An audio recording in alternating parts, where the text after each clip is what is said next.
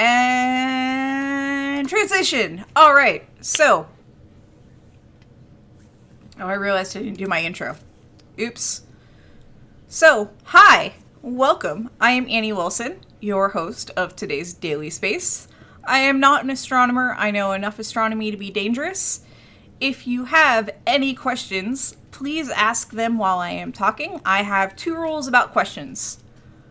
Well, 3, because it's Daily Space. The first rule is that I won't answer questions until I'm done with all the news stories. The second rule is be respectful. And the third rule is I reserve the right to just not answer a question. I might ignore you completely. I am okay with snarky questions if you mark them as such, and you may get a snarky answer. However, my mods, because they are wonderful, also reserve the right to mute you. So take that with a grain of salt. But yeah, with all of that, good morning, good evening, good afternoon, good night, wherever you are in the world. Today is the 25th of April, and we're going to get into, our news stories for the day. And boom, there aren't too many. So first up we have, Marsquake has been, words, Annie. First Marsquake has been reported. The first time this happened, they thought it was from external sources. This is the second time it's been recorded, and it's very, very similar to quakes that we have heard on the moon, which I didn't know there were, moon quakes. So yeah. Yeah, so now we know for sure that there's, activity on Mars, which is super cool, and they're going to continue to listen and study. And somewhere I had seen a video of the, sounds of it, but unfortunately, I don't have that linked. I will look for that after I'm done with the news stories, because it looked really cool, and I haven't even listened to it yet. So this is a big deal because we thought there was activity, but now we know for sure there's activity, and there's probably going to be a whole bunch of, new scientists that end up specializing in Marsquakes. So that's super cool. And I don't have much else to say about that. So, yeah. Go Mars. All right. Our next story is relates to the NASA experiment on Berry Sheet. Berry Sheet, unfortunately, did not have a soft landing on the moon. It had very much more of an impactful landing, which may have scattered it into pieces, or maybe everything's together. We really don't know yet. We will know soonish, probably within a month or 2 for sure, after our lunar orbiter, photos it, or I shouldn't say photos it, captures it, and then we can see how everything kind of went down, because right now we're not entirely too sure if it's in pieces or not, but it hit Berry Sheet hit the surface really hard. One of the passengers on Berry Sheet was this teeny tiny, smaller than a computer mouse experiment, which I've already forgotten the name of, and I apologize, but for those of you that may not know what a computer mouse is, this is a trackball, which is larger than a computer mouse. So we're talking, this experiment was smaller than this. Very, very small. It has a bunch of mirrors on it, and the idea is that eventually the moon will be covered in these, put in very specific locations, and lasers hit the mirrors, and based on, signals coming back, craft and other things can, I guess, work on their position. So GPS but in reverse. Instead of satellites revolving, this is for satellites to locate where they are based off of these essentially landmarks. There is, like I said, it's very small, but this thing is also very tough and it's radiation hardened. It was designed to be on the moon and stay on the moon. I don't think there's any moving parts. I don't think there's any batteries. I don't think there's any electronics. I think it is just mirrors and optics and in a casing. So, but because it's very small and we don't know where it's landed, it could be, think of the domed part as the domed part of my trackball. So it could be like this. It could be like this on the surface, or it could even be like this. If it's like this, they're not going to find it. But if it's like this, or any part where any of the dome is up, they should be able to find it. So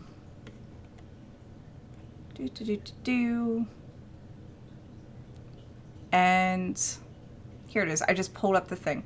So the experiment is called the Lunar Retro Reflector Array. And it has 8 mirrors made of quartz cube corners placed into a dome-shaped aluminum frame. For those of you that are going to want the exact specifics. So that's what's going on with that. But yeah, they only need to get one of those lasers, one of the instruments on the lunar orbiter does shoot lasers down to the surface, and all it needs is for one laser to come back with the characteristics of being, reflected back by, this thing. So hopefully it's found, hopefully we can use it for science, but it has probably survived, which is good. We want it to survive. All right, so next, more moon stuff. More moon stuff. So this is a picture of LADEE, which stands for Lunar Atmosphere and Dust Environment Explorer, as well as the impact of a micrometeor on the surface of the moon. So why am I showing you this? So LADEE totally studies the atmosphere of the moon. There really isn't much of one, but there kinda is one. And what they've found is that water on the moon is more complicated than what we thought. I had thought that it was, okay, there's water in like the polar caps, hidden in the rims of craters. No, there's water everywhere on the moon. But what happens when when the surface is struck by a micrometeorite, is that meteorite comes in and a bunch of stuff, explodes off. It's not just dust that explodes off, like forms a plume off. It's also water vapor. Some of that water vapor resettles on the moon, and some of it just goes off into the lunar atmosphere, which I don't know if it means it ever settles back down into the moon or if it's just lost into space. There's not a whole lot of water on the moon. There is, for 1, I think, metric ton, is this the right size? This isn't quite the right size. For 1 metric ton of essentially lunar dirt or regolith on the moon, there's let me pull up OBS to make sure I can catch it. There's about this much water. Actually, a little bit more than this much water in 1 metric ton. So that's not a lot of water, but they can actually see these little, plumes of water taking off after they've been hit. So that's pretty cool. And that is all of the news I have for you. See, we went through it so quick. We spent more time talking about all the other things than we did with the moon. So now's your time to answer questions. No, now's the time for me to answer your questions. So I'm going to scroll up through chat and I apparently did not pause this. I just turned it down. I'm going to scroll up through chat and read your questions and see what I can answer and toss the dogs some Cheerios because they're whining. And yeah, pull everything up. So, up.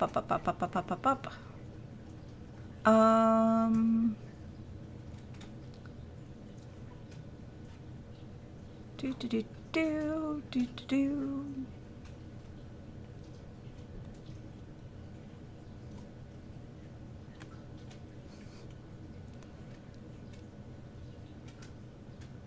Astro YYZ says, well, lunar samples do land on Earth, but only after a long time in space after the moon was whacked by something and debris achieved escape velocity. Yes. But still, super rare. Super rare.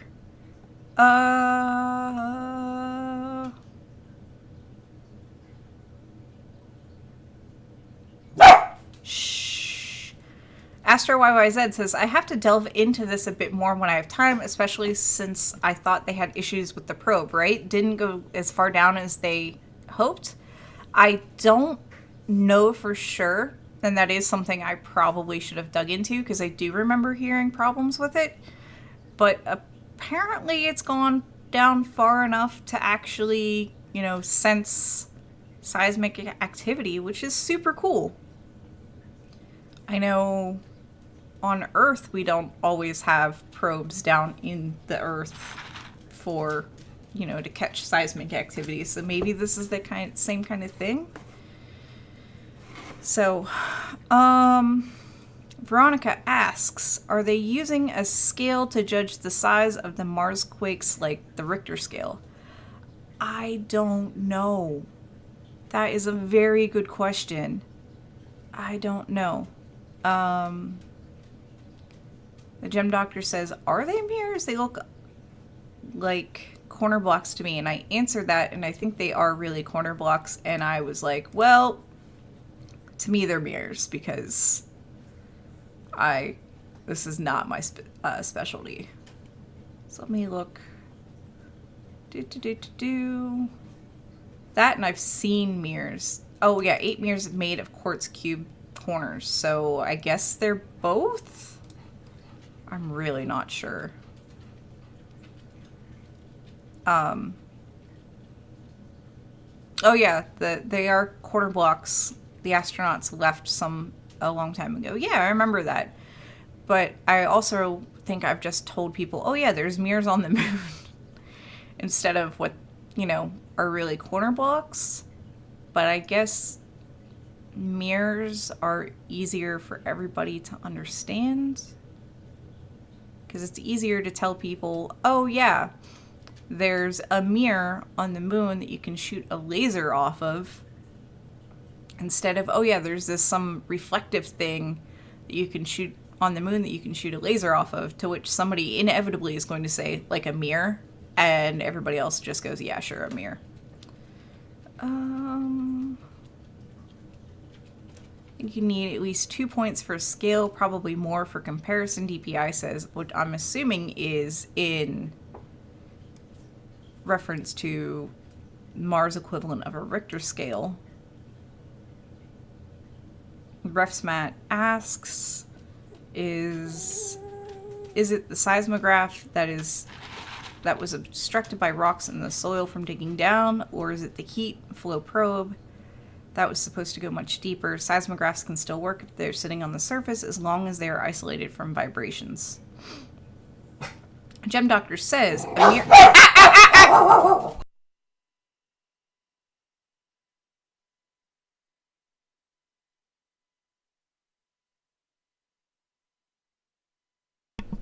they don't want to go outside, but they'll eat Cheerios. So, do this again. Amir says, Gem Doctor says, a mirror would be useless. A corner block or retroreflector returns the light to its source. A mirror simply sends the light away according to Snell's law. Unless it's hit directly on.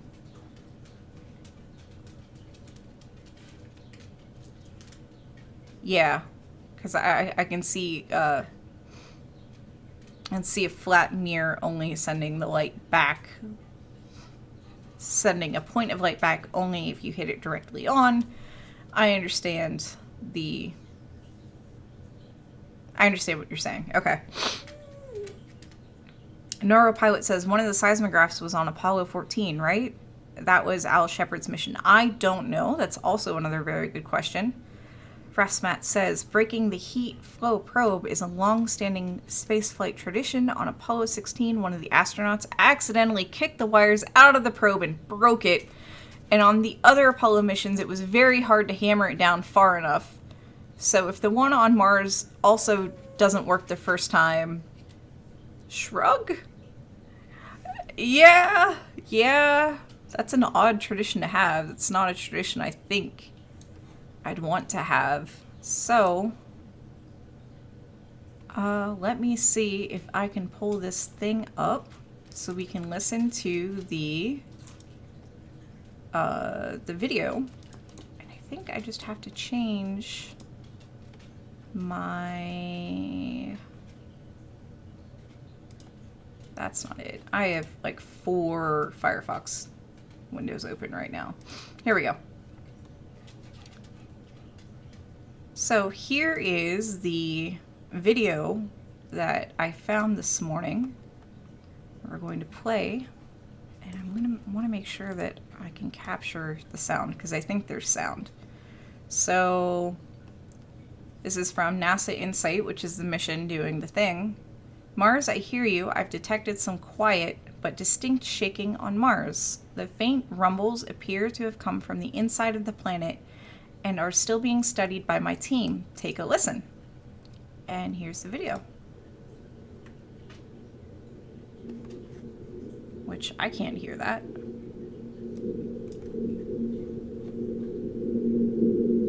There it goes.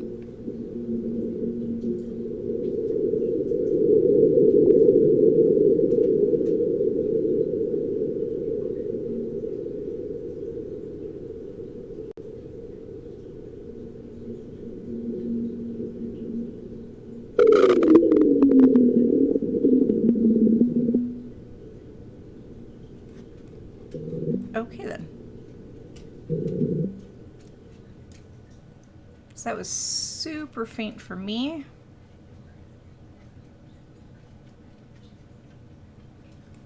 I'm going to see if I can bring it up for you guys. And I apologize in advance if I break anybody's ears. I really have no intention of breaking anybody's ears.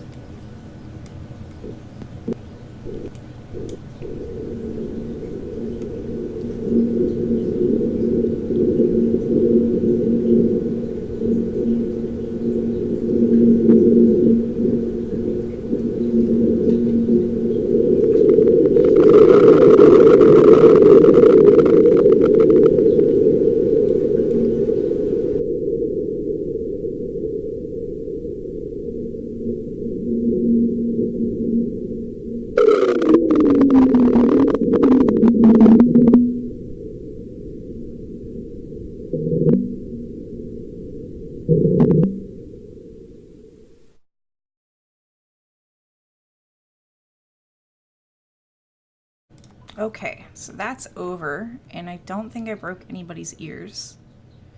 Parts were faint, parts were loud. Yeah, it is pretty wild. It is pretty wild. So I thought that was super cool.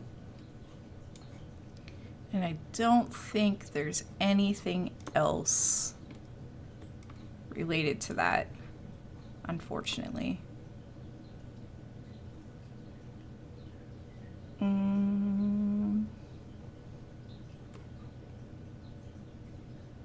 Yeah, I don't think there's a whole lot of data on it. This is the news article from NASA if you're curious and want to know more.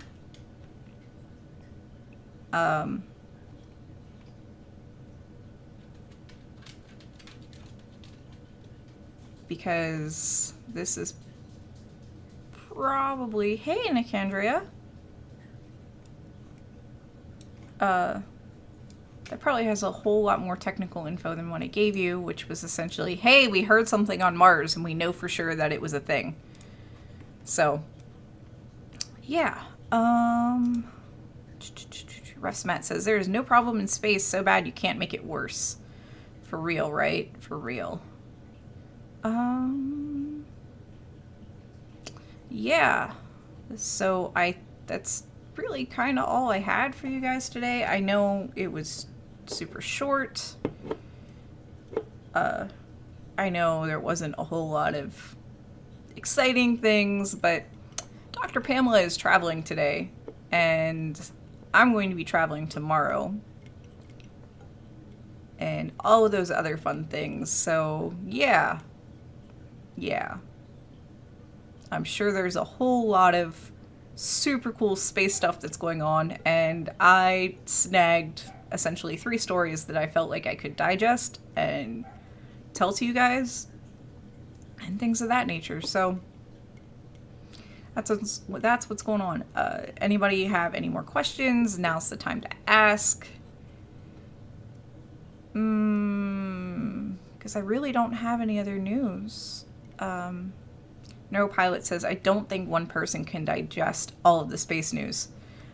I know, right? There's a lot, and some of the stuff I can digest, and some of the stuff that's more technical, I really need Dr. Pamela to digest because she's so much faster at it than I am. I can read scientific articles, but depending on how they're written and their content and how technical they are, it takes me a while. If it's something about galaxies, I can actually kind of get through it simply because that's what the astronomers, Dr. John Feldmeyer and Dr. Pat Durrell at Youngstown State University study. Like, if it involves M101, then I'm there. I can read it because right now they've been doing a lot of work with M101, and I can understand that stuff. Legion 54, this is a pretty good question.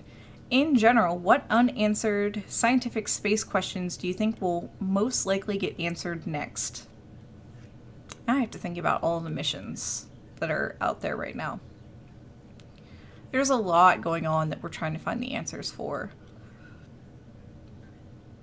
And I really don't know. I really don't know.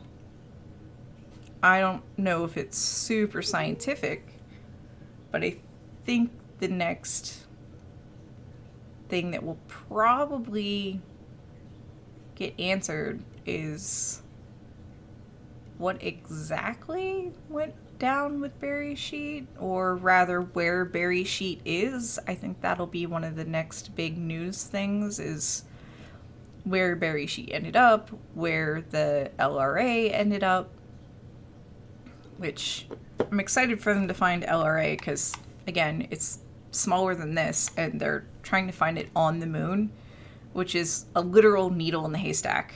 And yeah, I know it's not super scientific compared to like what some people would think about scientific, but they're using space equipment to find something smaller than this on the moon.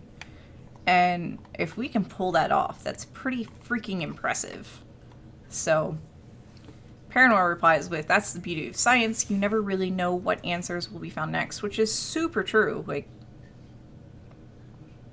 there's a whole bunch of people doing a whole bunch of work all over the globe, a whole bunch of different things. Everybody's looking into like their own little question, etc., etc., etc. So, yeah.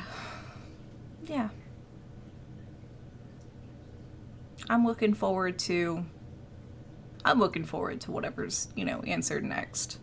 And sometimes, as Paranor goes on, the best question is the one that hasn't been asked yet. Hey, we'll have something will pop up on the radar of discovery of, hey, there's this thing, and no one even, when I say no one, I mean the general public didn't even know that was something that we were looking into. So, yeah.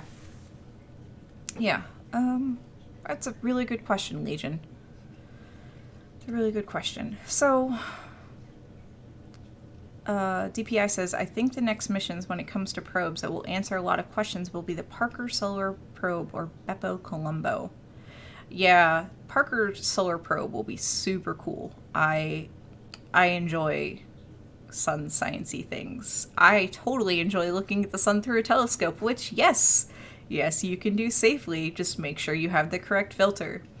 The filter that we have on the telescope, on the solar scope at Youngstown State University, lets through a single wavelength of light. And we used to take the solar scope to the county fair, which is the largest county fair in the nation, by the way. Like, the streets have names and are paved. It's the Mahoning County Canfield Fair, for those of you that are off furiously Googling. So we used to take the solar scope to the Canfield Fair, and we'd try to get people to look through the solar scope. And thanks to good education and other outreach things, people are like, that's not safe. I'm not going to look, at the sun through a scope. So we'd have to then explain that yes, it is safe. You're only going to see a single wavelength of light, and the amount of detail you can see when you're only letting through a single wavelength of light at the sun is pretty amazing. And there are some days, where the sun's really quiet, there's not a whole lot of activity going on, you don't see prominences or, sunspots or any of that other activity. And then there are some days where it's super busy and you can see all this stuff. And when we typically look through the solar scope at YSU, because we normally do it for astronomy labs, is we look at the whole sun through it. So you're not really zooming in and looking at bits of the sun, but that is probably one of my favorite things to do, is look through the solar scope at the sun. Because as long as it's not cloudy out, you can do it, and you don't have to be up all night. So, bye, Raven. Because yeah, we are pretty much winding down. So this is the absolute last call for questions, because I'm going to rattle off all the station identification things and all the other things you need to know about. So first up, Saturday! We never stream on a Saturday, if you've, been paying attention or in our community for a while. This Saturday is an exception. We are streaming a 10-hour marathon, which is actually quite a short marathon for us. We're doing a 10-hour marathon stream to celebrate 10 years of 365 days of astronomy. So I believe there's also going to be some fundraising involved with that. I'm not sure exactly where the funds from that stream go. I don't know if they go towards 365 days of astronomy to help, Aviva and the 365 days of 365 days of astronomy continue their thing, because that's a team of 2 people that I actually have never met, but they're totally part of the CosmoQuest family. So Pamela will be doing that. I'm not sure what all is involved. I will be in St. Louis for that, which is why I'm traveling tomorrow. So yeah, you'll probably see me playing with puppers, doggos on her doggy cam. And my dogs are right off of my doggy cam. Yeah, so that's gonna be fun. That's Saturday. Friday, tomorrow, should be your normal daily space with Dr. Pamela, who will totally have way more spacey type news for you and hopefully be well rested and things of that nature. And Sunday, there is no stream. I will still be in St. Louis. I'm not going to stream on Sunday. I love you all, but I'm going to enjoy my Sunday off. And Monday, we'll be back with Daily Space. The normal, time, the normal channel. So, we normally stream most Sundays through most Fridays, 1 p.m. Eastern. Right now, that's 1700 hours UTC. And Sundays is myself colorizing space telescope data, because I'm not going to be at home with my own rig. I am not going to attempt to remotely color space telescope data and things of that nature, because I really want my own rig when I do that. It's kind of precision work, and something I get to do Sundays from the comfort of my own home and hang out with all you wonderful people.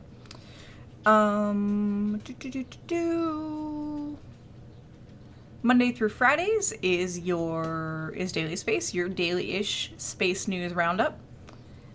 Like I said, Pamela will be hosting that tomorrow, and yeah, we have random streams occasionally. It might be anything from Dr. Pamela working on graphics or code or things, or me, like the last couple of days, putting together, the next day's daily space. And we also stream rocket launches if they happen at a reasonable time of day. So yeah, give us a follow so you can get alerts when we go live. I'm really tired, guys. I'm still waking up. But yeah, so yeah. And all the other things like, hey, our host institution is Planetary Science Institute in beautiful, sunny Tucson, Arizona, working in collaboration with Youngstown State University here in, yeah, it's really spring, guys! Youngstown, Ohio. And, yeah. PSI is a non-profit, 501c3 organization, so your donations, which we'll get to that in a second, are tax deductible where law allows. So speaking of donations, we are brought to you by you. So yes, thank you everybody. Thank you for your donations, your Patreon pledges, your bits, your subscriptions, your merch purchases. Thank you. All of that helps. There is a ticker at the bottom of the screen that has not been updated in days that keeps track of bits.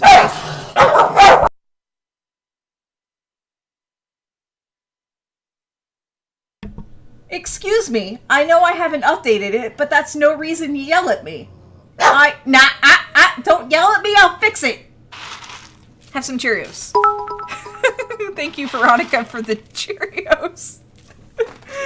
The dogs are angry because I have not synced it. But yes, the quickest way to see that little bar move is to donate through Streamlabs. I will sync bits today, I promise. So tomorrow you should actually see that bar move, which will make all of us happy. And the dogs yelled at me, so yeah, now my brain is like, phew! As DPI says, hashtag feed Annie, these funds go to paying myself and Susie and maybe Tanner? I don't know how Tanner gets paid. I am so sorry, Tanner. For me, this goes towards Cheerios for the dogs, equipment.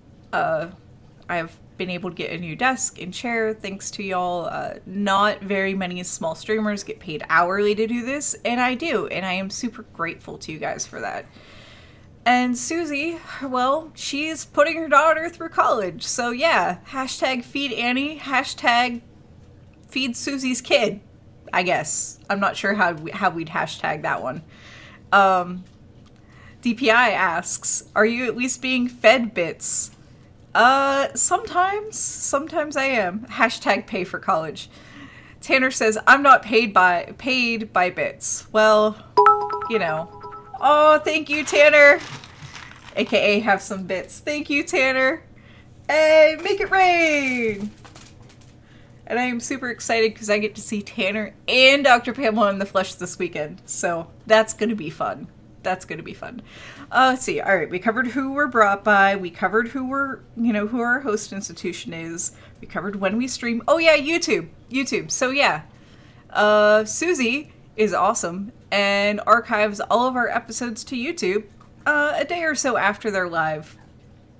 And yeah, so if you ever miss an episode, practically all of them are on YouTube.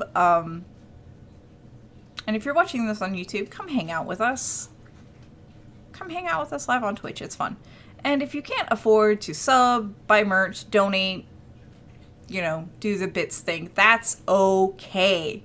Really, really it is. We understand. Follows are free.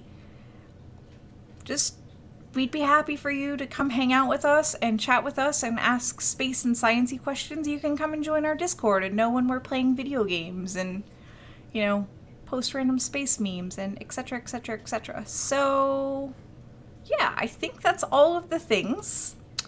And I am going to finish my coffee and finish packing and cuddle my puppies and spend time with favorite human, and I hope the rest of you all have a wonderful day, evening, night, wherever you are in the world.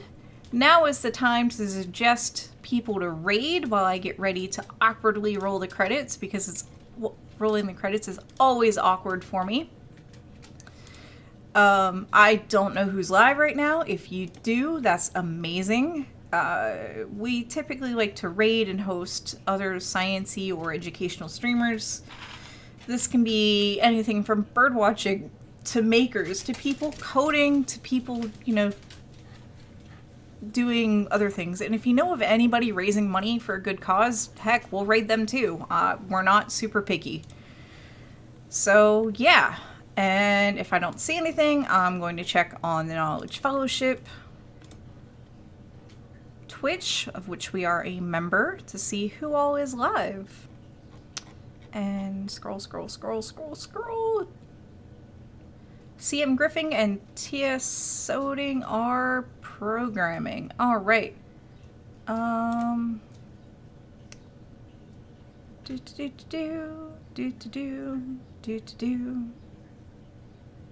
wonder if Timber Anu is still streaming. Probably not. Alright, so I see a couple options. And GM Griffing. I don't think we've ever rated GM Griffing before, so CM Griffing, I'm sorry. Yeah, we're gonna raid CM Griffing. And, oh, Jesse Skinner's live? Well, we're gonna go with CM Griffing. We're gonna show him some love. Jesse's gotten love from us before. And, okay, so we are going to awkwardly roll the credits, and yeah, I will keep Jesse Skinner in my mind, the back of my mind, so the next time, and yeah, things and stuff and things. So yes, thank you everybody for tuning in. I really appreciate it. Thank you for all of your patience, and I will see you on Saturday. For real this time. If you see me before then, there's been, you know, a major problem and a hole in the space-time continuum. So, with that, yeah, have a wonderful day, evening, night, afternoon, wherever you are in the world. Be nice to each other. Be kind. And yeah, I will see you all later. Thank you everybody for tuning in, and bye!